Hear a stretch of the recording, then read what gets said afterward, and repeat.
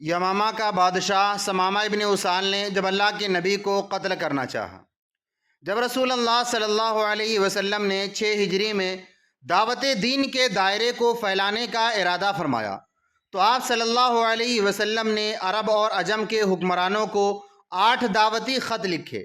آپ صلی اللہ علیہ وسلم نے جن حکمرانوں کے پاس یہ خط بھیجے تھے ان میں سے ایک شمامہ ابن اسال بھی تھے۔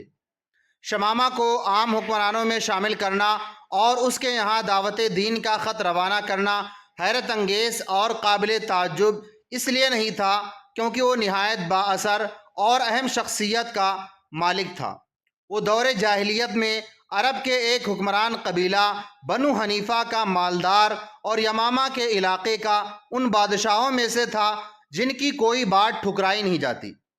جب شمامہ کے پاس رسول اللہ صلی اللہ علیہ وسلم کا پیغام پہنچا تو اس نے اس کے ساتھ نہایت توہین آمیز اور غیر ذمہ دارانہ رویہ اپنایا اور جاہلانہ غرور نے اس کو گناہ پر آمادہ کر دیا اور اس نے دعوت حق سننے سے اپنے کان بند کر لیے۔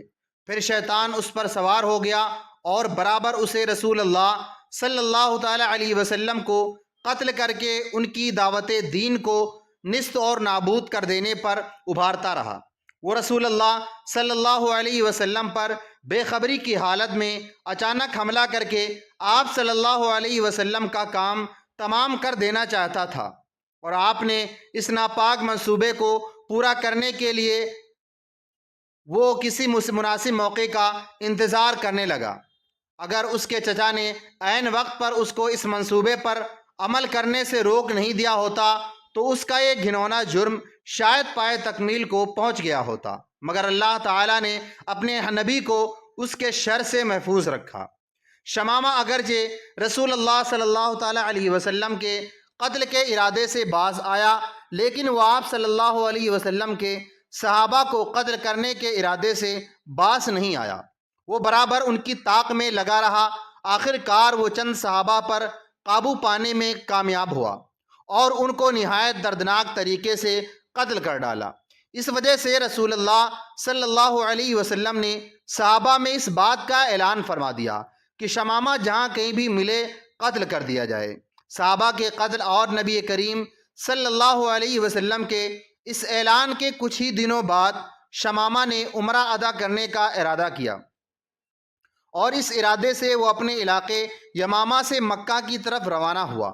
وہاں پہنچ کر وہ کعبہ کا طواف اور اس میں رکھے ہوئے بتوں کے لیے قربانی کا ارادہ رکھتا تھا، لیکن اپنے اس سفر کے دوران میں وہ مدینہ کے قریب ایک راستے سے گزرتے ہوئے اچانک ایک ایسی آفت میں پھنس گیا جس کا اسے وہم اور گمان تک نہیں تھا۔ ہوا یہ کہ رسول اللہ صلی اللہ تعالیٰ علیہ وسلم کے بھیجے ہوئے کچھ مسلمانوں کا ایک فوجی دستے نے جو اس خطرے کے پیش نظر گشت کر رہے تھے کہ کہیں کوئی دشمن رات کی تاریکی سے فائدہ اٹھا کر مدینہ کے باشندوں کو نقصان نہ پہنچا دے، شمامہ کو دیکھا اور اسے گرفتار کر لیا، حالانکہ ان میں سے کوئی بھی اسے پہچانتا نہیں تھا، اور اسے مدینہ لایا گیا اور اسے مسجد نبوی کے ایک ستون سے باندھ دیا گیا۔ اس بات کا انتظار کرنے لگے کہ رسول اللہ صلی اللہ علیہ وسلم خود اس قیدی کے حالات سے واقفیت حاصل کر کے اس کے بارے میں کوئی فیصلہ فرمائیں گے۔ جب رسول اللہ صلی اللہ علیہ وسلم گھر سے مسجد نبوی کی طرف آئے اور مسجد میں داخل ہونے کا ارادہ کیا تو آپ صلی اللہ علیہ وسلم نے دیکھا خوبصورت چہرہ، لمبا قد، توانا جسم، بھرا ہوا سینہ، اکڑی ہوئی گردن، حکمرانی کے جتنے عیب ہیں پائے جاتے ہیں، جو ستون سے بندھا ہوا ہے۔ آپ نے صحابہ کرام سے دریافت فرمایا، معلوم ہے تم لوگوں نے کس کو گرفتار کیا ہے؟ کیا تم بتا سکتے ہو؟ صحابہ نے جواب دیا، اے اللہ کے رسول، ہم اس کے بارے میں نہیں جانتے۔ آپ صلی اللہ علیہ وسلم نے فرمایا، یہ قبیلہ بنو حنیفہ کا سردار شمامہ ابن اسال ہے۔ آپ نے قیدی کا پریچے کراتے ہوئے کہا، اس کے ساتھ اچھا سلوک کرو۔ پھر نبی واپس گھر لوٹ گئے اور گھر والوں سے کہا کہ تمہارے پاس جو بھی کھانا ہے وہ سب اکٹھا کر کے شمامہ ابن اسال کے پاس بھیج دو۔ پھر نبی صلی اللہ علیہ وسلم نے حکم دیا کہ میری اونٹنی کا دودھ صبح اور شام دو کر اسے پلایا جائے۔ پھر شمامہ کو اسلام کی طرف موڑنے کے خیال سے اس کے پاس تشریف لے گئے اور اس سے پوچھا کہ شمامہ تمہارا کیا خیال ہے؟ تم ہماری طرف سے کس طرح کے سلوک کی امید رکھتے ہو؟ شمامہ نے کہا، آپ کے بارے میں اچھا گمان اور آپ سے اچھا برتاؤ کی امید رکھتا ہوں، لیکن اگر آپ میرے قتل کا فیصلہ کرتے ہیں تو ایک ایسے شخص کو قتل کرائیں گے جو قتل کا مجرم ہے، اور اگر آپ احسان کر کے مجھے چھوڑ دیتے ہیں تو ایک احسان سراش کو اپنا ممنون کریں گے، اور اگر آپ کو مال کی خواہش ہے تو وہ بھی کہہ دیجئے، جتنا مال چاہیے دیا جائے گا۔ اس بات چیت کے بعد نبی صلی اللہ علیہ وسلم نے شمامہ کو اس کی حالت پر چھوڑا اور 2 دنوں تک اس پر کوئی حملہ نہیں کیا۔ اس دوران اس کے پاس کھانے پینے کی چیزیں اور اونٹنے کا دودھ ہر روز پہنچتا رہا۔ 2 دن بعد نبی صلی اللہ علیہ وسلم پھر اس کے پاس تشریف لائے اور وہی سوال کیا، شمامہ تمہارا کیا خیال ہے؟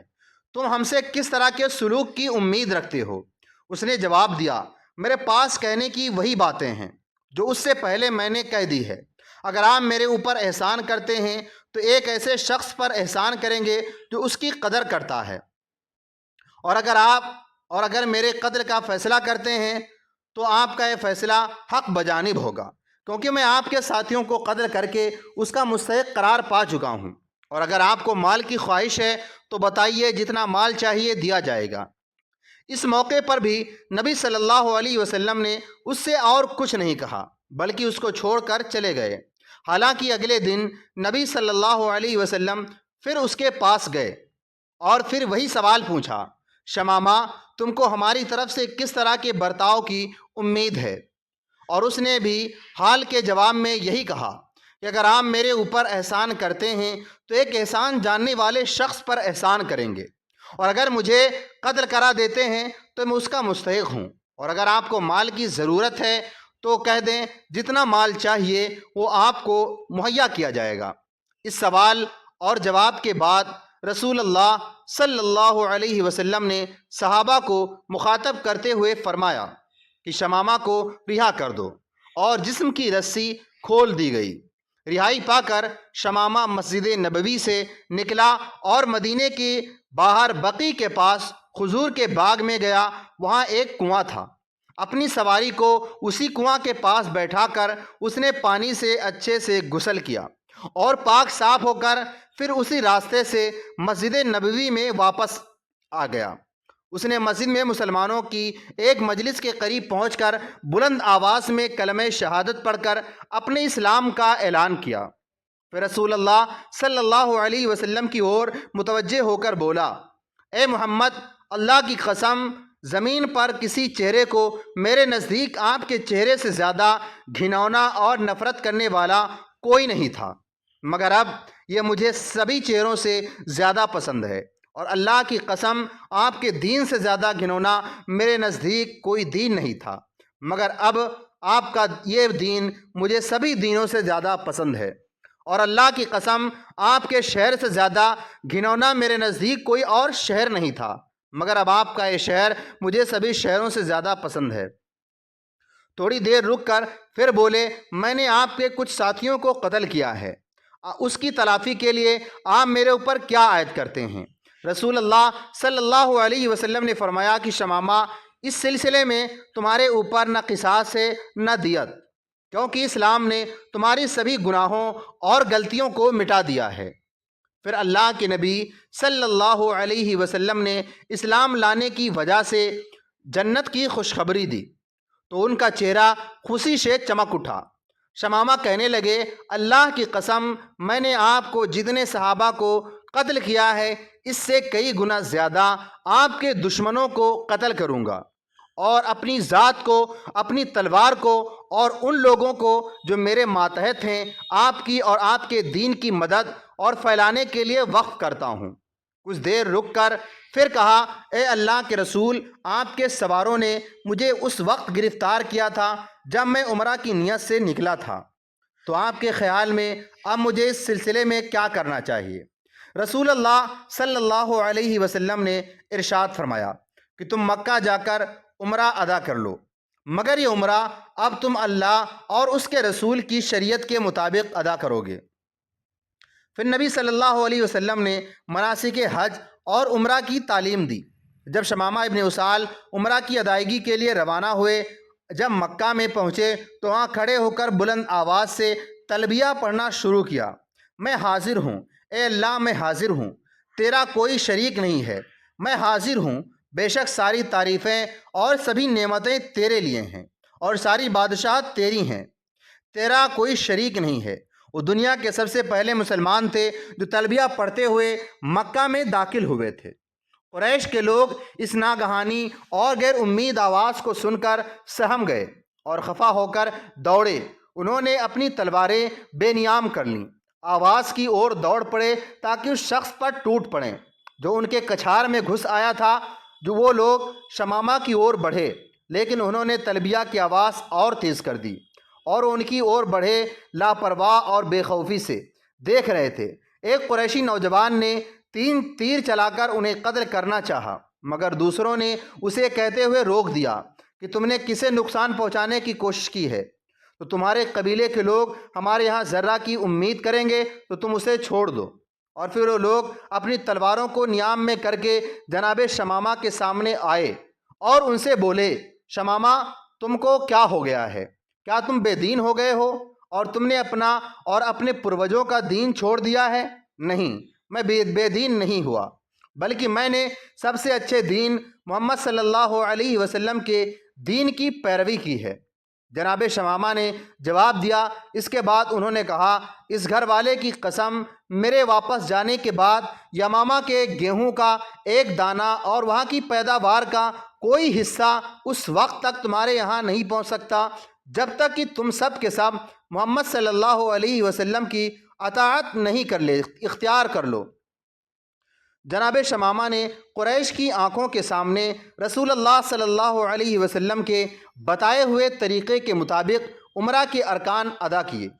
انہوں نے غیر اللہ اور بتوں کے لیے نہیں، اللہ تعالیٰ کی خوشنودی کے لیے قربانی کے جانور ذبح کیے اور واپس اپنے وطن آ گئے۔ واپس آ کر انہوں نے اپنے قبیلے والوں کو قریش کے یہاں غلے کی سپلائی روک دینے کا حکم دیا۔ قبیلے والوں نے ان کے اس حکم کی تعمیل کی اور اہل مکہ کے ہاں اپنی پیداوار کی سپلائی بند کر دی۔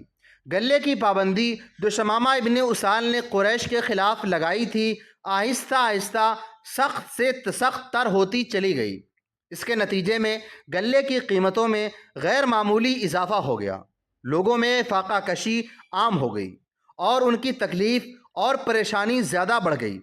اور جب نوبت یہاں تک پہنچی کہ ان کو اپنے اور بچوں کے بھوک سے مرنے کا شدید خطرہ لاحق ہوا، تو انہوں نے رسول اللہ صلی اللہ تعالیٰ علیہ وسلم کو لکھا، ہم آپ کے متعلق پہلے سے یہ بات جانتے ہیں کہ آپ صلی اللہ علیہ وسلم صلہ رحمی کرتے ہیں اور دوسروں کو اس کی تاکید کرتے ہیں، مگر اس وقت ہم جس صورتحال کا سامنا کر رہے ہیں وہ یہ ہے کہ آپ نے ہمارے ساتھ قطع رحمی کا طریقہ اختیار کر رکھا ہے۔ آپ نے باپوں کو تلوار سے قتل کیا اور بیٹوں کو بھوکوں مار رہے ہیں۔ شمامہ ابن اسال نے غلے کی برآمد پر پابندی لگا کر ہمیں سخت تکلیف اور پریشانی میں مبتلا کر دیا ہے۔